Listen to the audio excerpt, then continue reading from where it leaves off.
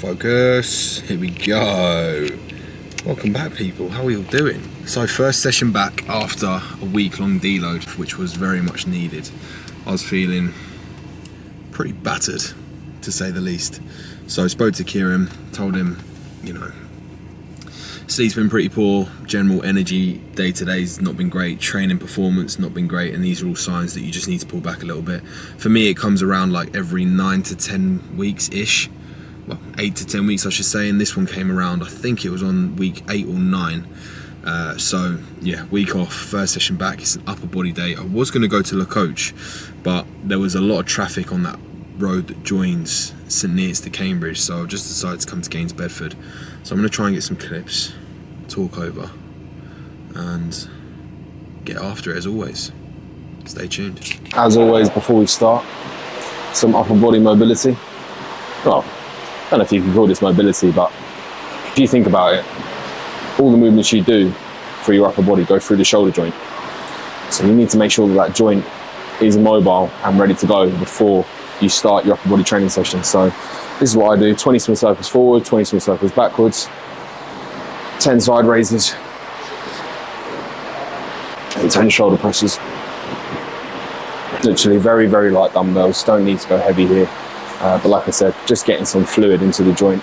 And then also going to do some internal and external rotation. Literally just trying to keep my elbow out at a 90-degree angle.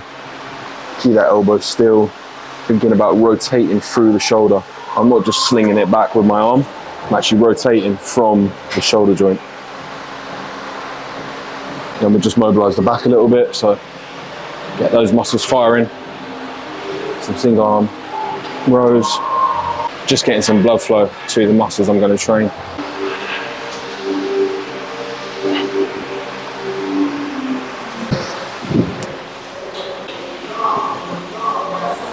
All right, first movement up, we've got the cuffed clavicular fly.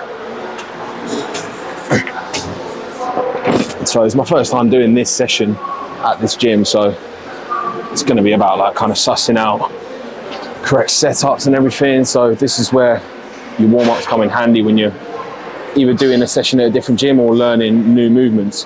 You know, use your warm-ups to practice different setups. I mean, I can set it up correctly first time here, but I might do the warm-up, it might feel off, I might need to move the bench a little bit, need to move the start position of the cables a little bit, but I can suss that out from just doing a decent amount of warm-up sets prior to my working sets.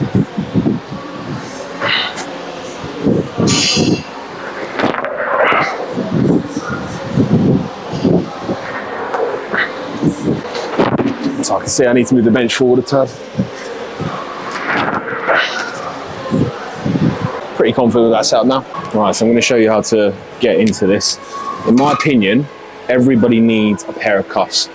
I got mine from 1MR quality. I've had them for probably about a year and a half.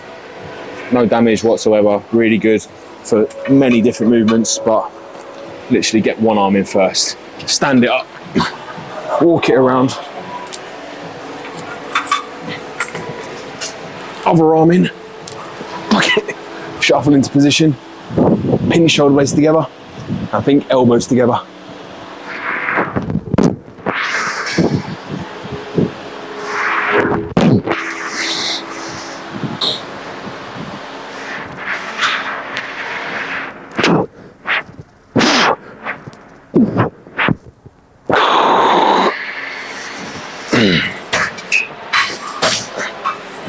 Oh my goodness. Whew, that power is back. Fucking hell. That's the thing.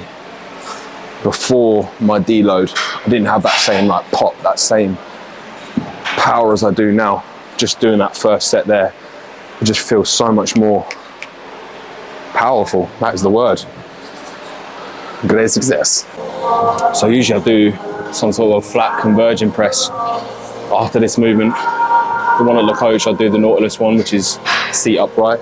Closest they've got to a converging press here is this flat one, which I've used before, but we'll give it a run, see how it goes. So I've just done my warm-up set, a couple of warm-up sets, so I'm going to see how this feels. 50 kilos aside. I'm going to do it for one rep and just see how it feels.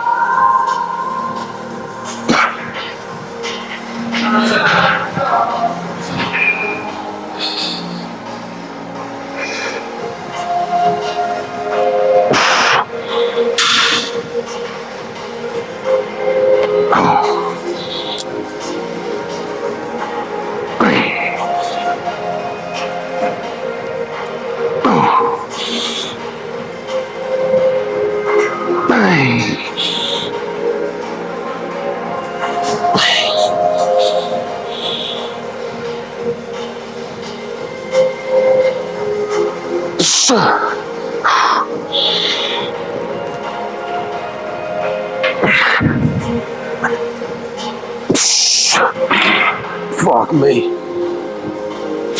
8 reps. Jeez, that fucked me up. Felt like I was sliding up the bench with that, that's the only thing. Bit of a weird one. Okay, onto the back off. 80 kilos to 20 kilos down. Again, just going for as many reps as I can. What I like doing, and what Kieran is a big advocate of, is pausing in end ranges. So by end ranges, I mean when I come to the bottom and then when I come to the top.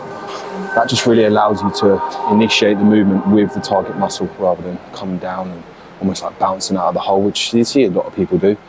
And you're likely using something called the stretch reflex there. So I don't want to be, using the stretch of my muscles to move the load. I want to be actually initiating the movement with that muscle. And that will mean you'll have to reduce the weight quite often. But it also means that you're stimulating the muscle rather than just shifting weight from A to B.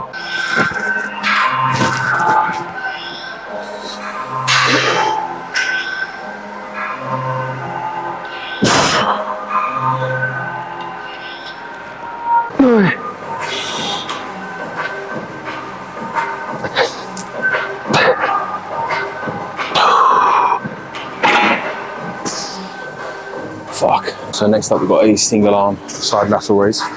So you can see here, I've set the cable height so the tension comes at the bottom. You can see that the cable wants to pull my arm across me this way. If the cable was down at the bottom, then it would want to pull my arm straight down that way. But that's not the way that the muscle fibers of the side delt run. To stretch them fully, they need to pull your arm straight across this way. So that's why I set the cable here. I don't need to lean or anything, just hold on to this side. Upper arm slightly in front of my body, and I'm just thinking about going out to the side as far as I can, not up. As soon as you go up, it's going to be like track taking over. So watch, I'm just thinking out. Nice and slow. 2-second pause at the bottom, get a good stretch, and up. See, I'm not moving my body at all. Only thing that's moving is my arm.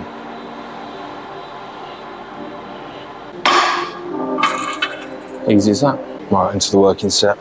Literally only using 7.5 kilos here. Very, very light. Don't need a lot of weight at all.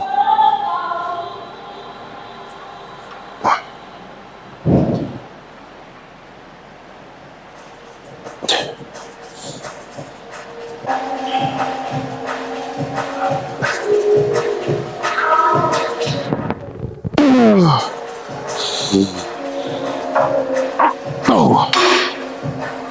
Fuck me. So the good thing about this movement is it's probably one of the only side delt exercises where you can get that delt into a fully stretched position. So if you think about most bilateral side delt exercises, bilateral means both arms or both legs, you don't really come into this stretch position here, because if you were, your arms would just kind of clash in the middle. So for me, if you want complete big side delts, you need this movement in. Whether you do it with cuffs, D-handles, whatever, it doesn't really matter too much. But doing a single arm side lateral raise, where it's heaviest in that lengthened position, it's going to give you some big side delts. You can also do something called lengthen partials with these as well, which are very popular at the moment. So what I've been doing is, on my last set, I'll finish the set doing 7.5 kilos on that previous weight. I'm doing 5 kilos now. But yeah, I'll go to failure. Now when I can't do any more, I'll increase the weight by, if it was on 5, I'd probably go up to like 15 or 20 kilos. And I'd literally just do this portion of the rep, because I've still got a lot of strength left in that bottom end of the range. So I might as well rinse that out with a heavier weight.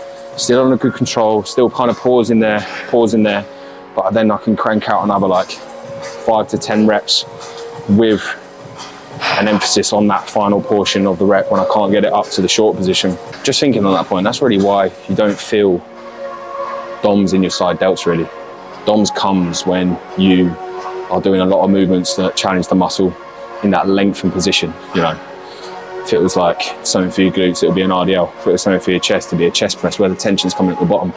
They're the ones that do the most amount of muscle damage, but there's not really many movements that stretch the side delt, really, if you think about it. So that's why you might not be getting DOMS in your side delts. Doesn't mean they're not growing though. A lot of people think that DOMS is related to muscle growth, and that's not the case. So next up we've got a seated lat bias row. Usually I do this on a machine with the chest support, but they haven't got an upright machine like that here, so I'm doing it on a cable instead. But the goal with this is pick a handle that's about shoulder width apart. Now I don't want to be leaning back like this. You want to be slightly leant forward even, like that. And then think about keeping your forearms in line with the pull of the cable and rowing your elbows down towards the base of your spine. There. Right, into the working set. No idea if this is going to be the right weight, but I'm going to run with it.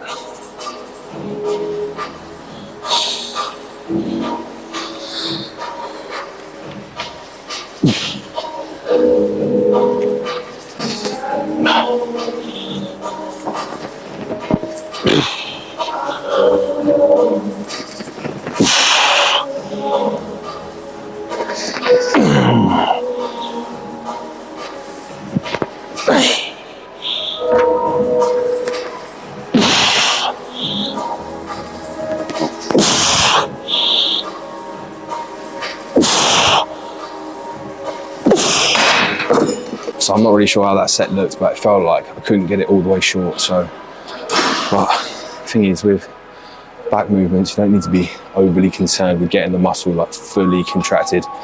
As long as you're challenging that stretch position under control, then you're going to get what you need out of that set for sure. Okay, so now we've challenged the lats, I'm going to move on to the upper back. So the main difference you'll see here is my elbow path, and basically all back training comes down to your elbow path. So if you're training the lats, it's going to be most of the time nice and tucked in close to the body. Elbow doesn't really ever come past the spine, whereas upper back, elbow path is more flared out, coming down past your torso. So you'll see this is an upper back pull down. I've got the D handles on the gym pin bar as well, and I'm trying to think about leaning back, keep my torso fixed in position, and then just thinking about driving my elbows down past my torso. Pause. And then as I come to the top, pushing my shoulder blades apart, pause there, down, pinch shoulder blades together. You can see that my torso is not moving up and down. I'm trying to target specific muscles here. By rocking backwards and forwards like that, you're just using other muscle groups to help you move the weight from A to B. Like your spinal flexors control this movement. I'm not trying to target those muscles. So if you're doing some sort of a pull down, I would suggest trying to keep your upper body and torso completely still. Even towards the back end of the set, like a lot of people would then do like cheat reps. In my opinion, cheat reps are just, as it says, cheat reps. Like there's no place for them. If you want to do an intensifier or a set extension at the end, literally just drop the weight a little bit and do a drop set or do a rest pause set. That way you can continue the set but still do it with good form rather than just fucking rocking around looking like a twat. I've called a couple of people out there, haven't I?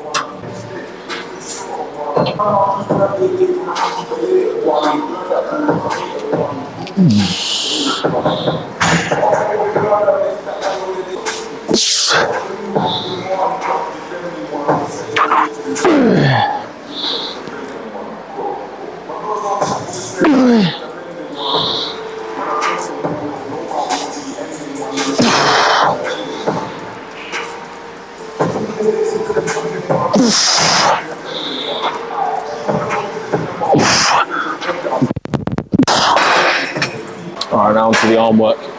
That's probably one of my favourite tricep movements. It's the crossbody cable extension. Good thing about this is you can get your elbow behind your body like this. And to get the long head, which is one of the big muscles in the tricep, fully short, you need your arm behind your torso like that. So I'm going to stand here, elbow slightly flared out, come all the way down and past. You can see that my elbow stays fixed in position here. I'm not allowing it to come forward like that. Just stays back here, extend. Coming for a full range of motion. A lot of people tend to stop here But you've got all this range up here. Get that tricep fully stretched.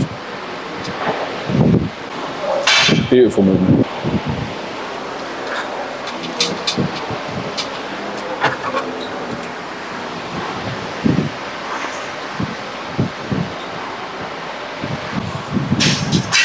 A little bit too light.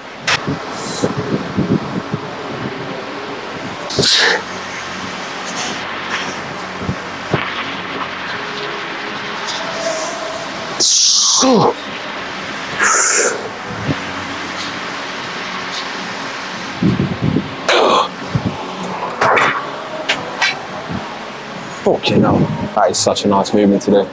Ideally, I'd want the cables a little bit closer together, and that's the good thing about using the Bravo that's available at the coach. My elbows are a bit too flared out here, I would say, but still does the job pretty well. Usually I'll finish every session with some arm work, except for one leg day. The other leg day I do a little bit of triceps, because that is a big weak point for me. And biceps are getting there, but triceps are really like the only big thing that's lagging now. Obviously that might not be the case when I get really, really lean, but right now the only obvious lagging body part is my triceps. Because look at these little noodle arms. I mean, you can see some tricep there, but relative to the rest of me, they're a pretty weak body part. So you've got to hit them with frequency. Train them more times across the week. I think I train them in nearly every session except one, that leg day that I mentioned. Train them hard. Do movements that line up well with your biomechanics. So you see people doing like an easy bar skull crusher. It's like, does your arm actually want to go in that position? You've got to consider these things. That's why cables are fantastic, because you can align the cable to where your body wants to move, you know? So one more set on here and then a bit of bicep work. Final movement of the day, rope hammer curls. The GOAT, if you want big, thick forearms and biceps. So go with this one, similar to other arm movements, keeping that elbow still, pausing at the top, not moving my body at all, using the intended muscle to move the way from A to B. I'm not fucking bending my knee doing that. It's not a quad movement, it's not a back movement, I'm not swinging around. It's an arm movement, yeah? This, that's it. Easy, here we go. Working set, fuck me, that's heavy.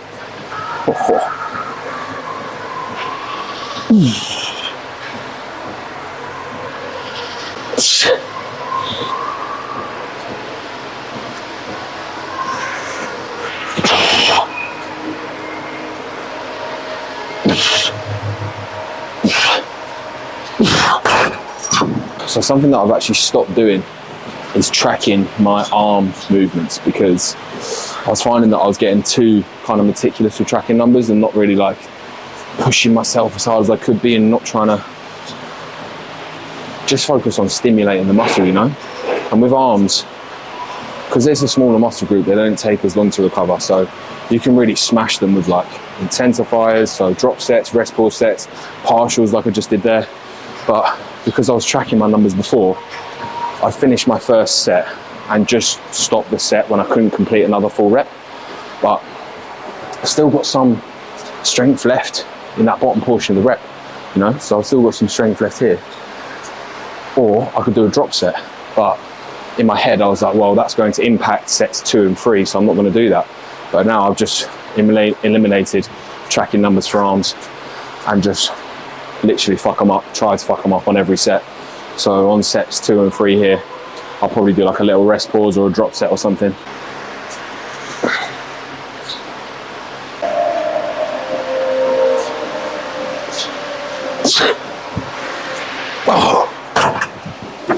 Right, drop set, like I said.